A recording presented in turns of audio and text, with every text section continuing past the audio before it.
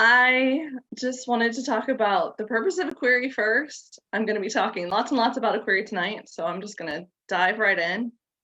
Um, it's a great way for a writer to introduce themselves to me or any acquisitions editor or an agent whenever you do your introduction for your query. And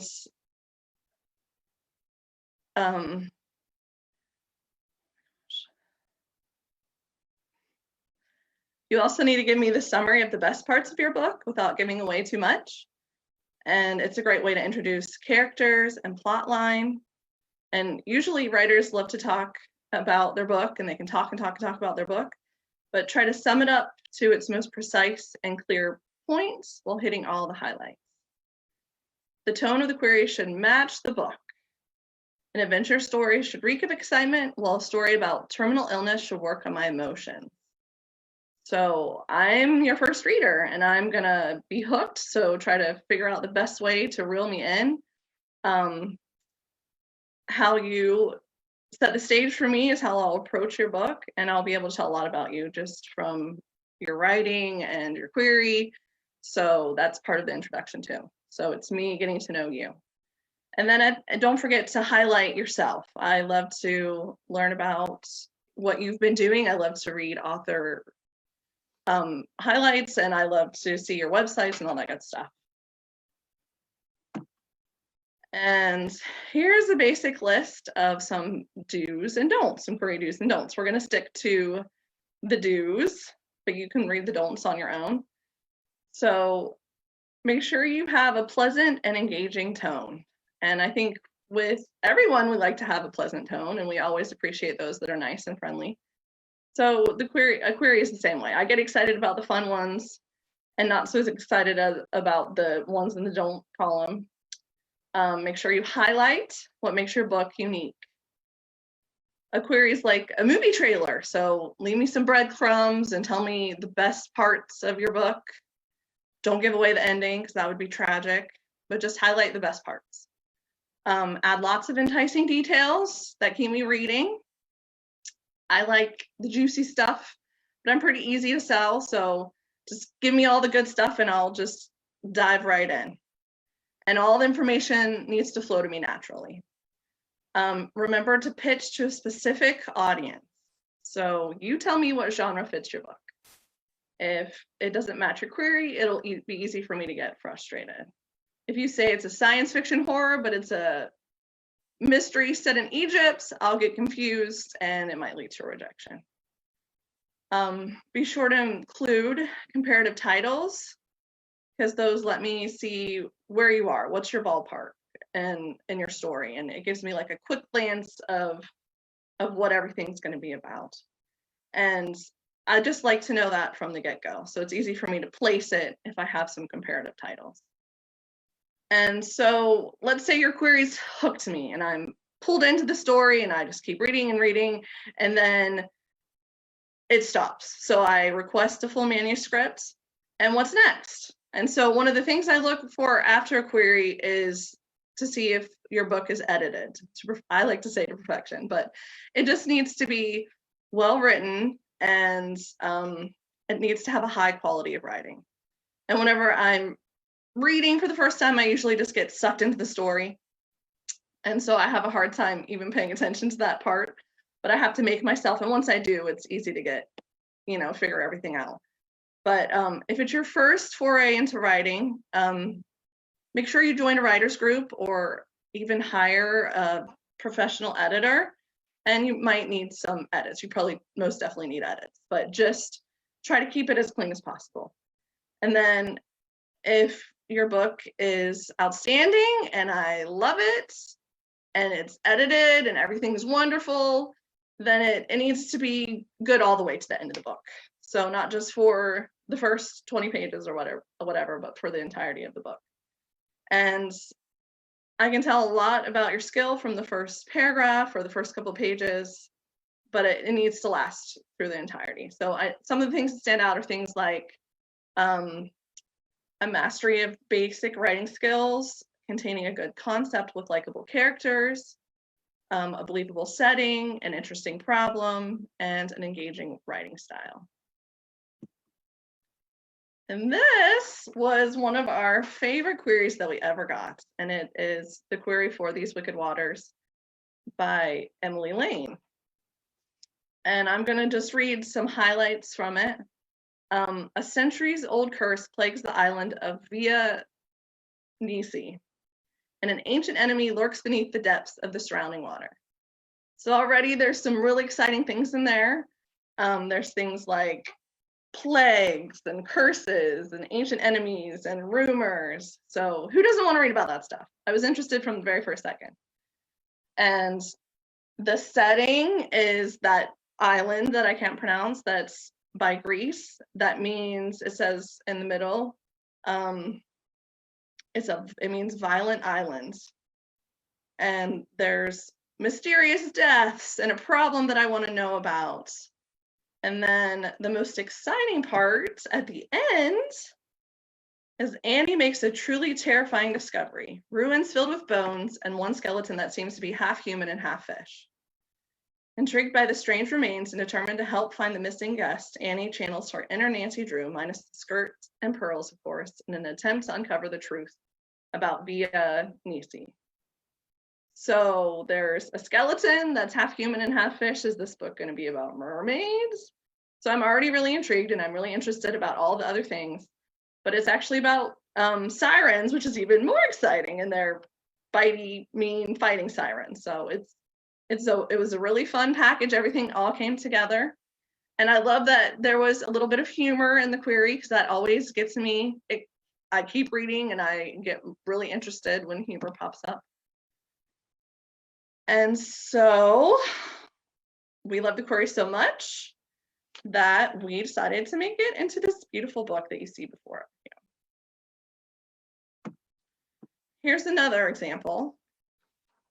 This is from Josh Roberts and the Witches of Willow Cove. This is just a few little bits from his query. And I know it's hard to read it, but I just put some pings up for those times that I was really interested in what was happening. So listen for the pings, or you can look for the pings. So it talks about a teenage witch. Ping, ping, ping. I'm already interested in the very, very first line.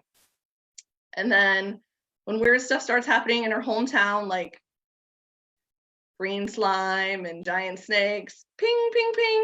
Those are more things that I want to know about. And then there's some drama with her best friend next door. Ping, ping, ping. And I'm going to keep reading. I'm going to keep seeing what's going on. And so we continue to find out that there's 5 other girls in town that have this ability, and a teacher, and then their history goes back to the Salem witch trials. And so all of it is just really exciting. And so once again, everything worked out, and I had to make 4 quests, and voila, we now have this lovely book. So I've showed you some great queries, but it really boils down to the entire manuscript. I have to read everything. And so that's the most important part. The query gets me excited, but the text and everything else after that is what takes me to the end of the journey.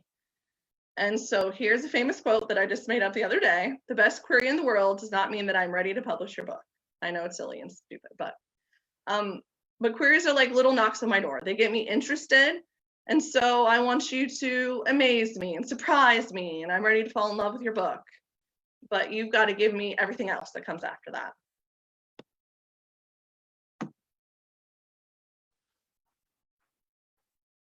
Okay. I'm going to move you again, because that's obviously my favorite part of this whole thing. So I've shown you some queries, and you know that I don't come to a verdict now until the end of your manuscript. And so the queries are just like another piece of busy work after you've written all the pretty words in your book, and you love your manuscript, and you've cried and sweat and whatever over it. I think most people feel like, I can't wait to write the synopsis and query letter for my book, said no author ever. So it's still a process, and queries are important. So these are some more things that make me want to say yes. Each of the following topics have to hit the right buttons for me. And these are some of the things that I focus on the most. So I focus on genre or word building, perspective or tone, and flow or pacing. And I'm going to break these down real easy right now, and we can dig deeper into them in a minute. So the genre to me is, what is your book about? Perspective is, who's your book about? And the flow is, how do you get from the beginning to the end? We're going to dig into these a little deeper. So let's start with the definition of genre. What is genre? Genre is a category characterized by similarities in form, style, and subject matter. And so what I asked earlier was, what is your book about? Is it a mystery? Is it a fantasy? And every single book has a genre. So you'll have to figure out what genre your book belongs to, and then maintain that focus for the whole book. And as a fresh new reader, I'll have to be able to pick out your genre type almost immediately. And so all the elements in your story will hinge back to your genre. So a murder mystery has to have clues and misdirection. A love story has to have a culminating love scene. And your book will be marketed to that genre, so stay true to it.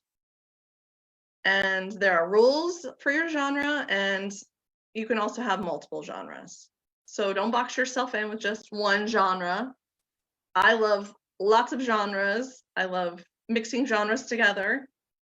If there's elements of a love story at all, then you straight into the romance genre. And if there's one fight scene, you straight into an action-y type drama.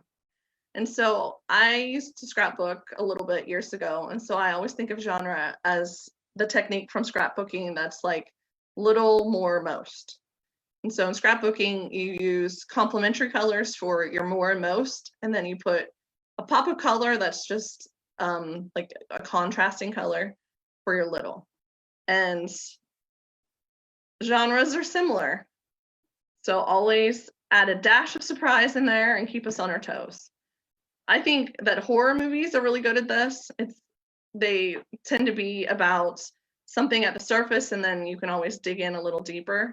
And so just from this movie poster of The Babadook, we can tell that the story is about a mom and her son, and then you can see the giant monster in the background. So there's the horror element. But we come to find out over the course of the movie that the monster isn't really a monster. It's the mom's struggle with depression, and she's feeding it and she lives with it for the rest of her life, but it's always going to be there and it's always part of her life. And so for this story, The Little More Most, it's horror with a little dash of psychological thriller.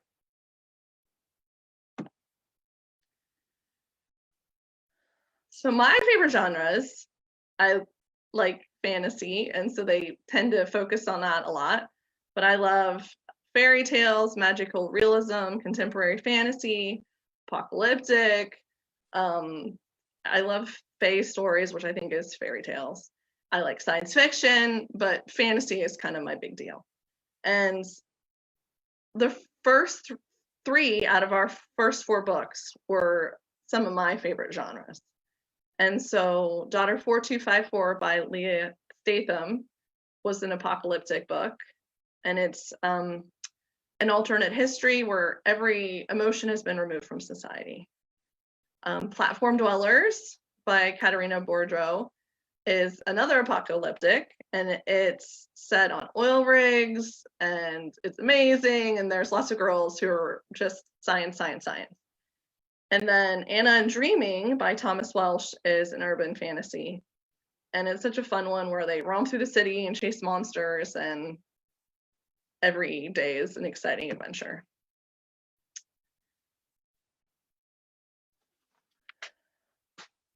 Another thing I love is complex genres, mixing things up. And these are some of ours that just were along those lines. And so I loved the little bit of extra that I saw with the genre mix-ups. So the one on the left is The Girl and the Tiger by Paul Rosalie. and it's about a little girl who has a tiger cub that she raises, and it's set in India, and they are traveling to the last patch of jungle in all of India. And so there's a lot of conservation in there. So it's a nice mixture of all those elements, and it's such a heartwarming story. And then The Poppy and the Rose is a dual point of view, and it has lots of gothic mystery thrown in there, and part of it set on the Titanic. So there are a lot of things that keep me interested, and I wanted to know everything because it was so enticing and so fun. And so here's a few more. Lazarus by Marianne Malone Woods is a mystery that is solved by a girl and her boyfriend is a ghost. Jack Be Quick by Benjamin Thomas is another mystery, but this one's a murder mystery. And the killer is a Jack the Ripper copycat, but the guy who solves it, Noah, is a drug addict. And Del Toro Moon by Darby Carkett is another genre mashup a little bit, and it's got supernatural monster fighting kids and talking horses, and it's the most fun book ever.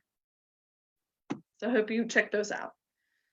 So it's important to realize that everything has to be believable in a setting. So world building plays a huge part of genre. And so like in the world of Harry Potter, there are no cars in that world and no modern transportation that we think of, like no train. Well, they do ride a train. But anyway, so they've had to come up with other ideas to make up for that. And so they can apparate, and they have flue powder, and they ride like thestrals and flying motorcycles and all sorts of things so that they're not stuck in one scene. There was a way to think through that, and those details add a lot to the story. World building adds additional depth to flat characters. And I feel like vampires have always been considered monsters. They were kind of one-dimensional for a long time. They were just bloodsuckers and appeared at night and haunted your dreams. And then there was a rather famous series that came along, and after Edward and Twilight, everybody wanted their own teenage vampire boyfriend, even though he lives forever. But now that concept has even progressed, and we have vampires that are even more interesting. Matthew from A Discovery of Witches is considered wise and all-knowing because he's lived for 1,500 years. And so even more depth is added to those characters. And so there's room now for both bitey vampires and more in-depth vampire characters. And I also think that genre rules have to be followed in world building. And so try not to cross-contaminate your story with too many genres. That kind of makes a mess. And so if there's 20 different elements of 20 different genres, it's a little overwhelming. So find the sweet spot that makes the genre work for you rather than against you. And this is one of my new favorite shows lately. And I feel like they did a really good, they added some new spice to the genre of period pieces or Elizabethan England. And so they changed I said the wrong thing, Victorian England, sorry. So they made one tweak and it caused a domino effect of change. And they just introduced a royal person of color, and now there's this whole new world and a whole new side to this well-known, well-beloved genre that hasn't changed much over the years, but now there's like a new life, and there's like all these new stories that we could have with that. They're so cute. So one small change made a world of difference. So what doesn't work with genres? So to me, the biggest one is non-believable genre mashups. And the mixtures just have to be believable. They have to make sense in the long run. So things like alien chicken spies or talking donkeys that solve crimes with a police department, they're just not feasible. And I am going to have a hard time to get excited about those kinds of genre mashups. If you don't know what to focus on, like this picture over here, it has everything but the kitchen sink, then it's going to be hard to follow. So a talking panda from ancient China that's stuck in a haunted house cursed by witches and plagued by demons is going to be overwhelming and confusing. You can't keep up with that many elements, and try to just narrow it down and stick with it. So mixing genres is a skill, and make it work for you. Next, we're going to move on to perspective, or who is your book about? And all of the things in perspective focus on finding out who is the person in your book. So voice is the speech and thought patterns of a character, and tone is a mood created by an author's word choice. So let's start with voice. Voice to me is the character's inner voice, inner dialogue and personality. So it's everything that makes them who they are. It makes them a living, breathing, livable character that can just almost step off the page. And I, as a reader, need to care about their place in the story. And so you can ask yourself some questions about your character. How loud is my character's voice? How much of an impact does that voice affect the reader or the plot? How can I keep the reader involved through the entire story arc? And I easily fall in love with characters, and then I'm addicted to them for life. So that's what I first am drawn to. And if your main character hooks me, I'll keep reading. And so moving on to tone, tone is everything that surrounds and shapes the action of the story, and sometimes the character. And it creates a distinct feeling. So this meme over here shows SpongeBob. My kids are obsessed with it. They watch it every day now. And it says, I'm in a mood, a moody mood, the kind of moody mood that has me feeling moody. So that emotion, that distinct thing that you feel from a mood. One of my favorite mood movies is Emma, the new Emma. And I've watched this a million times because I love it so much.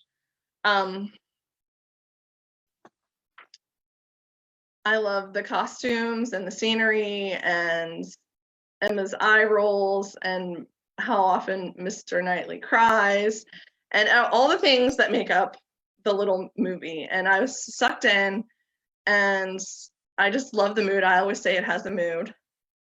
And so find a book or a movie that you love and then try to emulate that mood in your own writing. And so just remember that all the elements of the characters need to work together, and the character's voice and tone are created by you, the writer. So find a way to bridge those two together, bridge the gap, and make them work for you.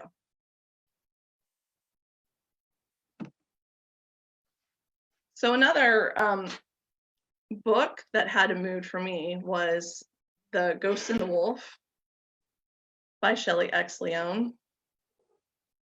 And it's excellent at just being super creepy. And I've always felt like somebody was lurking around the corner or watching me, and it gave me the chills all the time.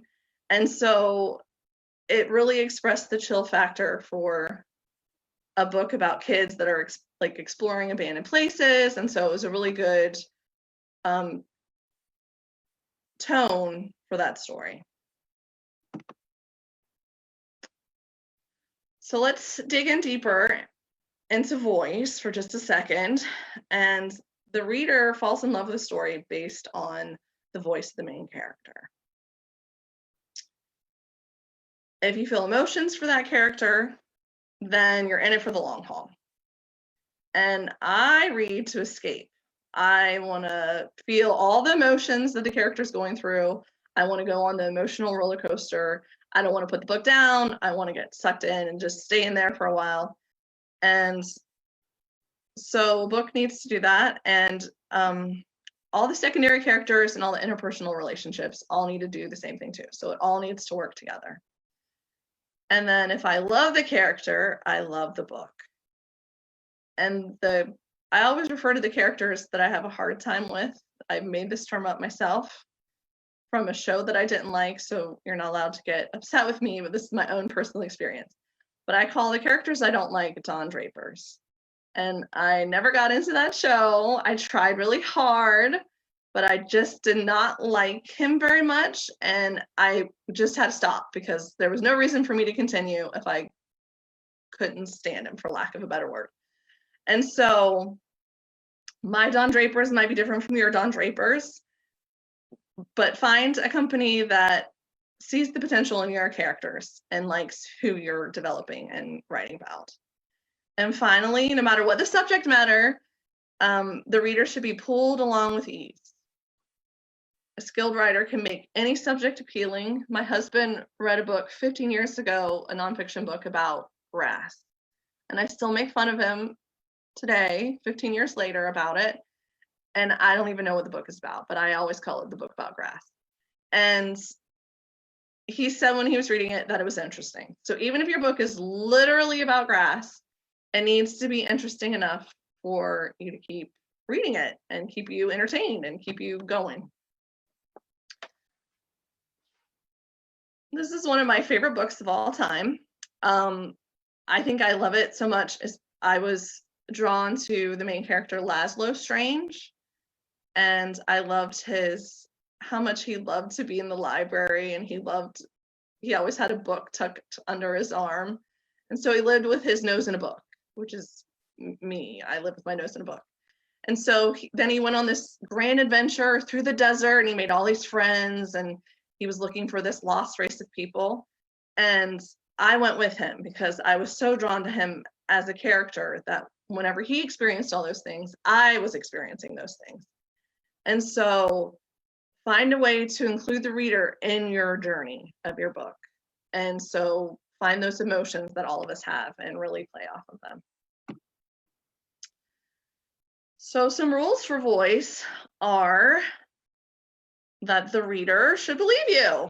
I think there's some basic ways to strengthen voice, and you need to take charge and take the reader on the adventure of a lifetime. So you can mislead us on purpose. If it's a mystery, you can pretend like it's this person the whole time when it's really the other person over there that you've ignored. Or you can force us to fall in love with somebody or fall out of love, or there's so many emotions you can play with. And then take firm control of your character's voice. And you're in charge. You're in charge of whatever's happening. And if you say something's real, it is real. And we'll believe you. So use that power, wield it, try to stay away from things like kind of, maybe, sort of, possibly, I don't know, maybe this happened, who knows? So really take control of those specific things that are happening in your story. And lastly, be specific as possible. Refrain from using words like it. Like, what does that even mean? We don't even know. So add more details to your story in those instances and be as specific as possible. And I thought of two different types of character building. The first is a multiple point of view. I know there's millions of things, but these are the only things I'm talking about tonight. So adding another point of view can add a whole nother layer to your story. And a lot of authors that use this technique talk about how it's like writing two individual books. And I think that's how it should be. I think it should be almost like two individual books, because these two characters should have different feelings and emotions and thoughts and ways of speaking, and everything about them should be different. And the second is setting as a character. I think setting can be just as powerful as a regular character. I love setting. I'm obsessed with it. So if I love it enough, I want to keep reading. I want to go back to that world over and over. And here's a couple of examples of settings that I've loved in our own books. So the first one is The Existence of Bee Pearl, which comes out in June. So you'll just have to get a little taste of what it's about now. But it's set on Alabama in the Gulf Coast. And after reading that book, I want to go really bad, even though I don't think I've ever been to Alabama, but it's full of swamps and alligators and all sorts of things like that. The Language of Cherries by Jen Marie Hawkins is set in Iceland, and it's just full of goodies scattered everywhere. So like the sun never sets, and there's all these folk stories that I'm not familiar with, and food and language and all sorts of fun stuff. And Into the Hollow by Lynn Vroman is set in the woods of West Virginia. And so it's got some poverty and some things that I didn't normally know about, like ginseng, like buying and selling and trading that. So these are things that are just really add depth and layers to the story. So our last topic of conversation is going to be about flow. How do you get from the beginning to the end of the book? And if you excel at flow, then you excel at all these things that I have on this list. So to me, my best way of judging the flow of your book is if I can read it in one sitting. And it highlights your skill because all the pieces are working together, all the kinks are worked out, and all the scenes flow together seamlessly. So everything just comes together. Pacing is a key component of flow to me. And I've seen a lot of beginner writers either stuff the scenes full of too much information at first, and that kind of slows the pacing down, or the scenes just fly by at 100 miles an hour and you don't even know what's happening because everything's happening all at once. And so my only advice is to read lots of books and figure out how your authors handle pacing and then try to copy some of their mannerisms. Plot is another one, and it's a major part of flow and how you move from scene to scene.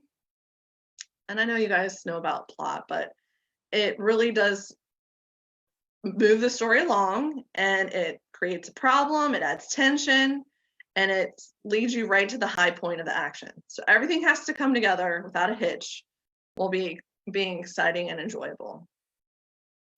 Transitions between chapters will keep the reader turning pages. And I feel like a good transition is hard to think up in the process, but it really makes a difference in the long run. An easy one for me to think of is a cliffhanger. Josh Roberts in A Witch Full of Cove was famous for cliffhangers, and I just read today on Amazon a little review that a little girl wrote about his book, and she noticed, and she talked about his cliffhangers. And so it was just a great way to keep you invested, especially for the kids that age who really have a hard time maybe picking a book up and then putting it down and keeping it down for a while. But if they really want to know what happens next, they're going to keep it in their hands and they're going to keep reading. I love books where all the puzzle pieces come together and everything clicks into place. So I'm talking about the transitions and layers at the same time. So each layer adds more depth and meaning and intensifies the climax. And Ben Sperduto is good at that in Black Spire. He has super complex characters doing all these really interesting things spread over all the entire city. And then at the end of the book, they all come together, they join up, and then this big thing happens. And so it adds to the whole tapestry of the book, and it all brings everything together at the end. So finally, action. And action should increase as the book nears its end. The scenes will build off each other. It gets more exciting. Those are the books where you read 6 hours in a chunk and you stay up all night. I've done this a million times. And so Thomas Welsh and Anna and Dreaming, I thought he does this for both of his books. He does it really well. Everything gets bigger and more explosive, and you can barely recover before you're whisked away to the next big, huge, high-stake actions scene.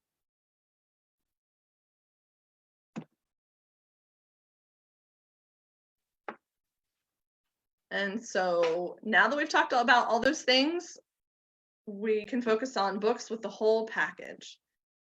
And overall, I'm looking for books that where everything clicks into place. And I just want to adore your book. I'll read it in one gulp and I'll get super excited about it. And so it's a happier reading experience for me.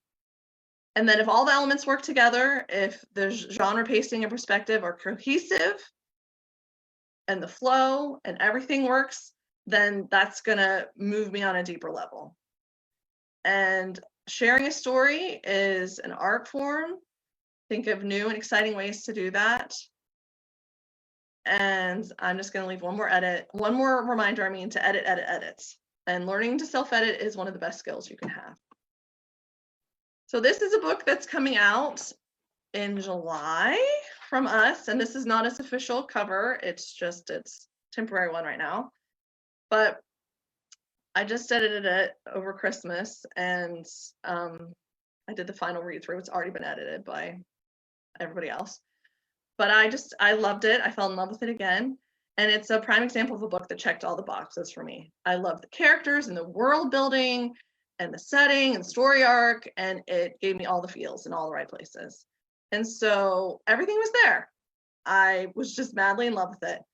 And even more than that, the story stuck with me. It took root in my brain and it's never left me.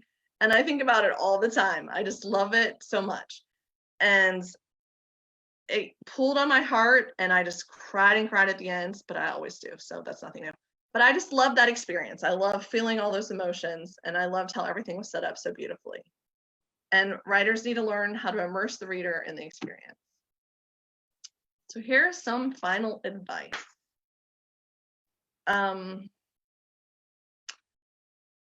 Overall, we reject more books than we accept, and I'm sure that's the same for every publishing company. But here are some of the things that I want you to think of and to keep sight of while you're getting rejections left and right, or just as you're writing and in the middle of writing. And so just keep going, keep writing.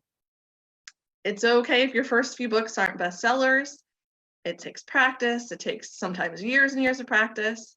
But each book is a chance to hone your skill and improve your craft. And rejection is probably a major part of the publishing industry. And so just remember writing clubs or other ways to keep your spirits up and learn from any experience that you have. The timing might be off. Even at Owl Holler Press, we have times where we're looking for a specific type of book. We don't broadcast that information, but our timing might just be off. It just might not work at that time. Our personalities might clash. My personality might not fit your tone of your book. So keep searching for the right person that wants it or portray a type that is more universal. The genre could be out of style. Genres do go in and out of, well, mostly out of style, but they do go in and out of style. I was comparing this to my love, this is really embarrassing, for ska music in the 90s, and I went through a phase where that's all I bought and all I listened to, and those were the only concerts I went to. And now it doesn't even exist. I play it for my kids and they're like, what is this stuff? And so book trends follow the same patterns. So some things go out of style. Stay positive. You wrote a book after that blood, sweat, and tears. It's something to be proud of. So pat yourself on the back and then go write another one or write a query. Both are acceptable. And just don't ever give up. All your hard work will pay off in the end.